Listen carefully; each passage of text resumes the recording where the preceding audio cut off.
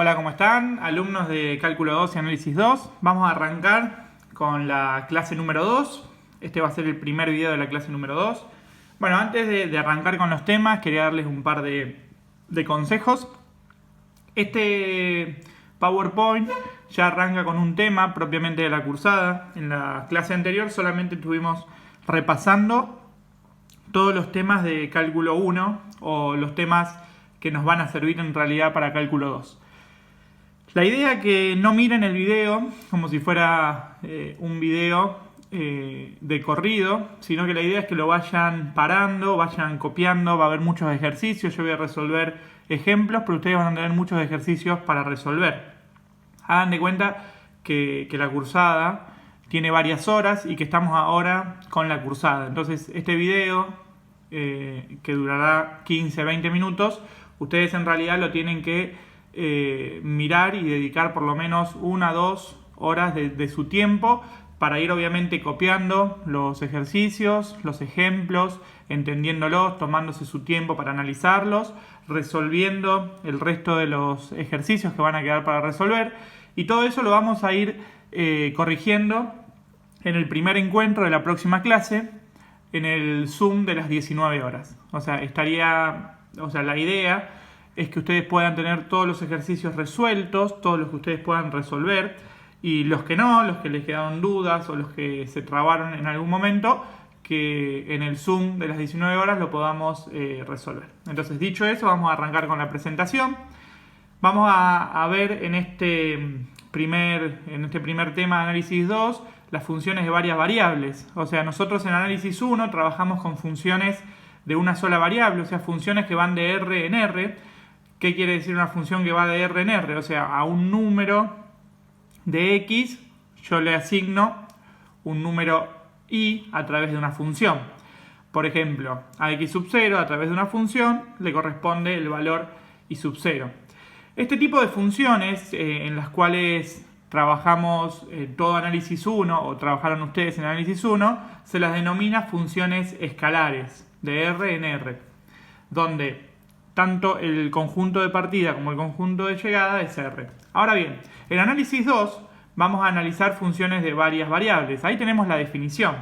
Sea D un subconjunto de Rn y una función que va de Rn a Rm. F obviamente es una regla o una ley que asigna a cada elemento perteneciente a Rn un único elemento perteneciente a Rm. Y acá hay algo importante, al conjunto D lo llamaremos dominio de la función, Rn recibe el nombre de espacio de partida, y Rm se lo denomina espacio de llegada. O sea, es una función que va de un espacio de partida, Rn, a un espacio de llegada, Rm. Entonces, lo primero que vamos a hacer es ver algunos ejemplos de estas funciones y vamos a analizar la dimensión del espacio de partida y la dimensión del espacio de llegada. Entonces, en el primer ejercicio que vamos a realizar el día de hoy es el ejercicio 1 que tenemos acá arriba. Ustedes obviamente pueden ponerle stop al video y copiar los ejercicios. Entonces, yo no me voy a detener a leer uno por uno, pero la idea es resolver el primero. Yo tengo que definir el espacio, la dimensión del espacio de partida y la dimensión del espacio de llegada de la función 1. Fíjense que el espacio de partida de esta función número 1 es R2. ¿Cómo me doy cuenta? Porque bueno, tengo dos parámetros, X e Y, donde parte la función. ¿Y hacia dónde se dirige esta función? Se dirige hacia un conjunto, un espacio de llegada R3. Entonces, la resolución de este ejercicio es de R2 como dimensión del espacio de partida a R3 como dimensión del espacio de llegada. Lo que tienen que hacer ahora ustedes es analizar los espacios de partida y de llegada de cada una de las funciones 2, 3 y 4.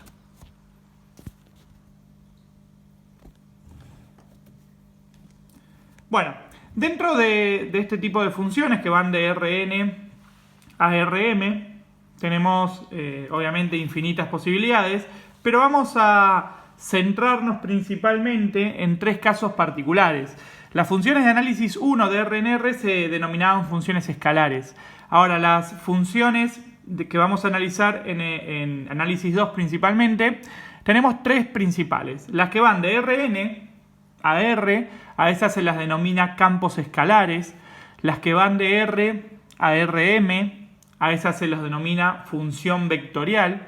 Y las que van de Rn a Rm, que se la denomina campos escalares. Entonces, volviendo acá a la hoja, tenemos ahora el ejercicio número 2. El ejercicio número 2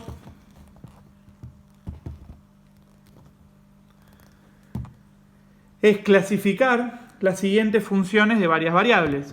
Recuerden que teníamos los campos escalares, las funciones vectoriales y los campos vectoriales. Por ejemplo, en el ejercicio número 1 tenemos una función f que va de R3 a R. Entonces, una función que va de Rn a R se la denomina, en este caso n es un 3, se la denomina campo escalar. O sea, la primera función, el número 1, es un campo escalar. ¿Qué tienen que hacer ahora ustedes? Bueno, clasificar la función número 2 y la función número 3.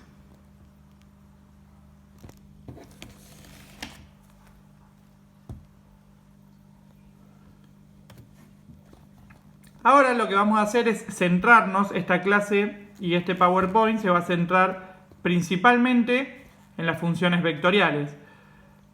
Recordamos de vuelta la definición de función vectorial.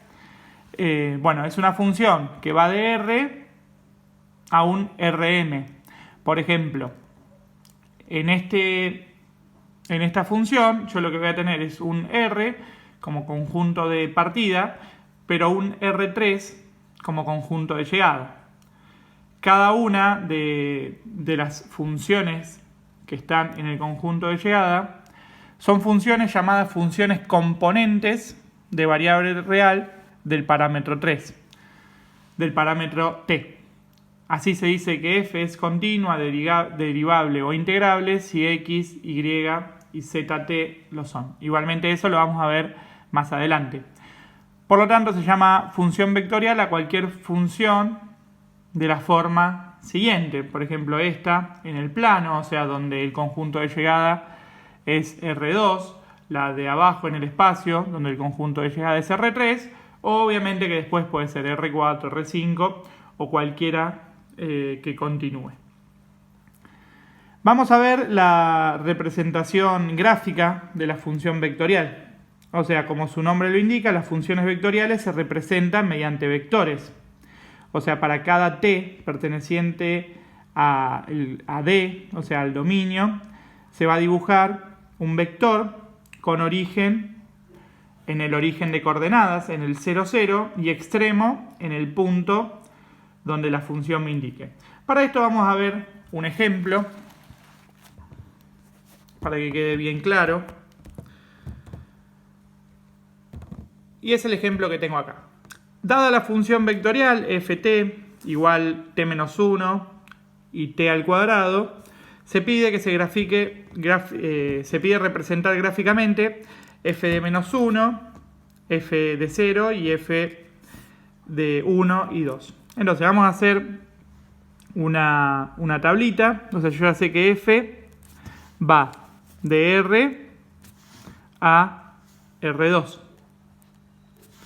Bueno, vamos a hacer una pequeña tablita donde tengamos t y f de t. Y vamos a poner los valores que me piden acá. Menos 1, 0, 1 y 2.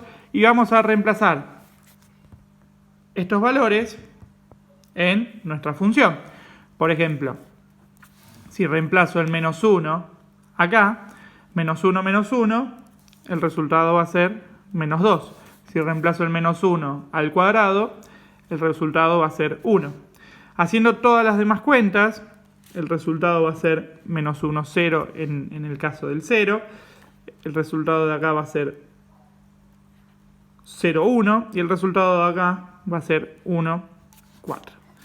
Teniendo esto, lo que voy a hacer ahora es representar en R2. ¿Por qué en R2? Porque acuérdense que el conjunto de llegada, en este caso, era R2. Entonces, ¿cómo voy a representar los vectores? Bueno, acuérdense que como definimos hace minutos, el origen de cada vector va a ser el 0, 0, mientras que el extremo va a ser este punto. Por ejemplo, el vector f menos 1 va a tener origen en el 0, 0, y el extremo va a estar en menos 2, 1. O sea, el extremo va a estar acá.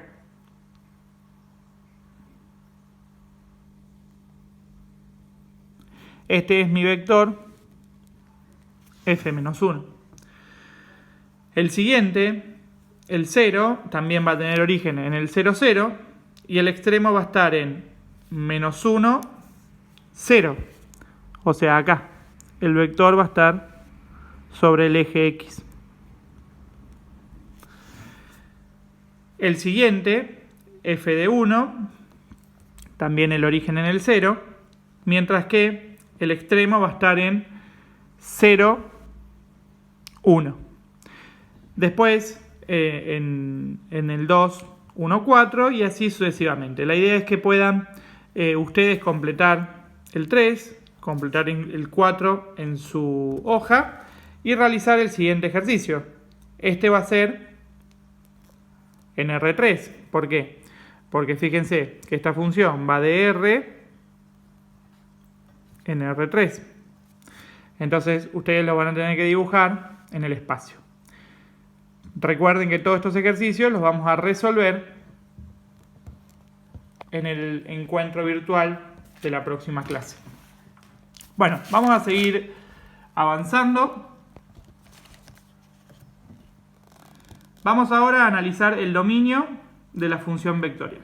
El dominio de una función vectorial está dado por la intersección de los dominios de cada una de las funciones componentes. Recuerden que las funciones componentes eran todas las funciones que estaban ahí.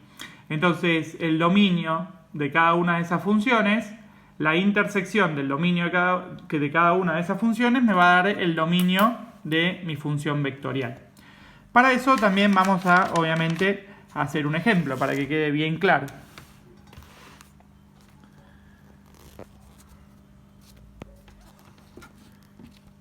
Bueno, la idea de este ejercicio es hallar el dominio de las siguientes funciones vectoriales. Yo voy a hacer el primero, la idea es que después ustedes puedan hacer el segundo y el tercero. ¿Qué tengo que hacer? Bueno, tengo que sacar, el teorema me dice, el dominio de F1, de F2 y de F hasta M, y después hacer la intersección. En este caso, como la función va de R a R2, lo que voy a tener es dos dominios, y a partir de eso voy a hacer la intersección. ¿Por qué 2? Porque bueno, va a haber el dominio de esta función y el dominio de esta función, de F1 y de F2. Entonces después voy a hacer la intersección de ambas. Bueno, vamos a hacer entonces el primer ejemplo. El dominio, primero las dos funciones, voy a definir las dos funciones. En realidad las voy a reescribir porque las tengo acá. La función número 1 es logaritmo natural de t menos 1 y la función es la raíz cuadrada de 4 menos t. Ahora la pregunta es la siguiente. ¿Qué tengo que analizar en estas dos funciones? Bueno, en la primera que es un logaritmo... Disculpen. En la primera que es un logaritmo natural, lo que tengo que tener en cuenta es que el logaritmo tiene que ser mayor a 0. Entonces, lo que está dentro del logaritmo tiene que ser mayor a 0. En este caso, t menos 1 tiene que ser mayor a 0. Entonces, despejando t tiene que ser mayor a 1. Si yo analizo gráficamente eso, en una recta, tengo que t tiene que ser mayor a 1. Ahora bien, tengo ahora la raíz cuadrada. En una raíz cuadrada, en la función número 2, dentro de la raíz tiene que ser 0 o mayor a 0. O sea, tiene que ser mayor o igual a 0. Entonces, 4 menos t tiene que ser mayor o igual a 0. Por lo tanto, t tiene que ser menor o igual a 4. Si yo analizo esto gráficamente, tengo que t tiene que ser 4 o menos. Entonces, ahora voy a calcular el dominio de la función f, de mi función vectorial. ¿Cómo calculo el dominio de mi función vectorial? Bueno, el dominio de mi función vectorial, según el teorema que vimos recién, es el dominio de f1 unión el dominio de f2, porque tengo dos funciones. Entonces, la intersección de estas dos funciones tenía que el dominio de f1 era desde el 1, sin incluirlo, hasta el más infinito. El dominio de la función 2 era desde el 4, inclusive el 4, hasta el menos infinito. Entonces, ¿cuál es la intersección entre estos dos dominios? La intersección entre estos dos dominios es lo que acabo de marcar en amarillo, donde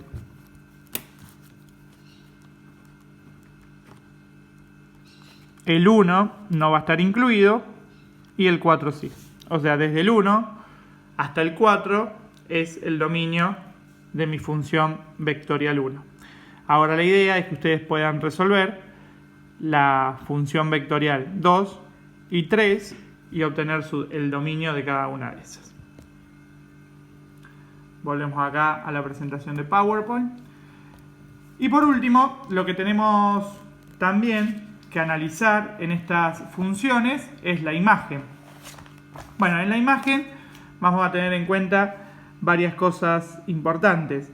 O sea, el concepto de imagen se extiende, como sabemos, en realidad el concepto de imagen, cuando lo veíamos en una función de una variable de R en R, eran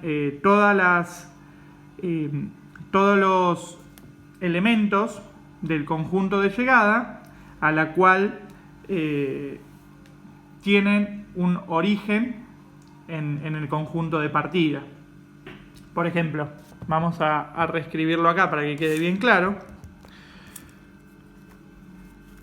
Yo tenía una función de R en R, entonces la imagen de f, de mi función de R en R, eran todos los i pertenecientes a R, tal que exista una i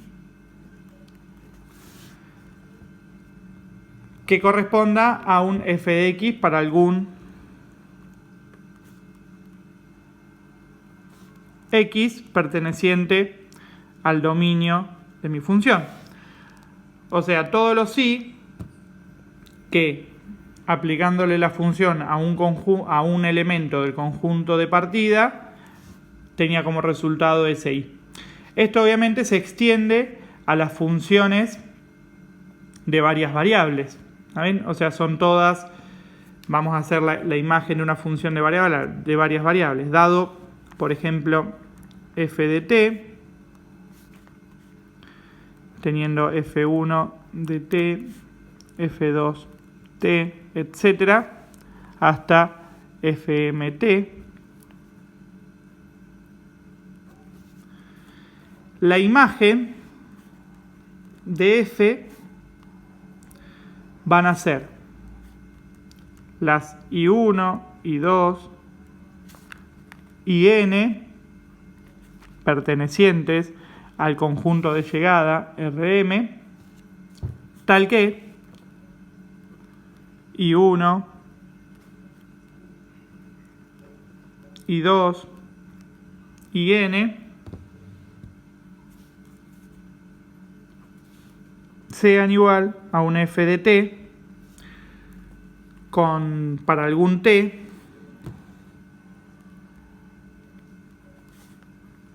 perteneciente al dominio de mi función. O sea, esta es la definición. Fíjense que se extiende, es exactamente lo mismo que de las funciones que habíamos visto de R en R en análisis 1, ahora se extiende a las funciones de varias variables. Para esto vamos a hacer varias observaciones. O sea, la imagen de una función vectorial vamos a poder representarla gráficamente en los casos en que n sea 2 o 3. O sea, que lo pueda representar en el plano o en el espacio. Porque si no, no lo puedo representar gráficamente. Vamos a ver ahora un ejemplo. Este que está acá, sea f de t, la función f t menos 1, t al cuadrado menos 1. Vamos a describirlo analíticamente y vamos a representarlo gráficamente. Esta función, fíjense que va de R a R2. O sea, yo lo voy a poder representar en mi plano XY, porque la imagen va a estar en R2. Bueno, primero vamos a describirlo analíticamente. Escribirlo analíticamente es bastante sencillo.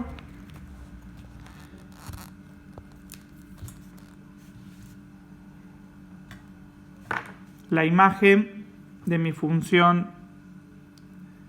f van a ser los x e y pertenecientes a r cuadrado. Acuérdense que r cuadrado es el conjunto de llegada. Tal que x e y sean el resultado de aplicar f a t para algún t perteneciente al dominio de mi función f.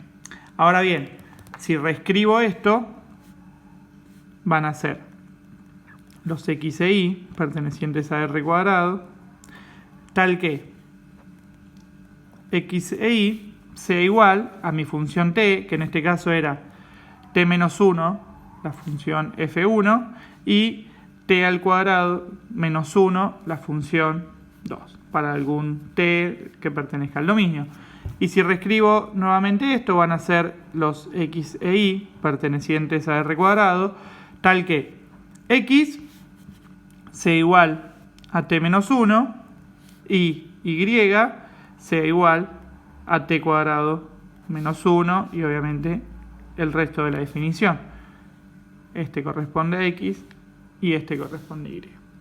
Entonces ahí ya tengo analizado analíticamente la imagen de mi función. Ahora bien, yo quiero representar gráficamente la imagen de esta función. Y para esto tengo dos opciones.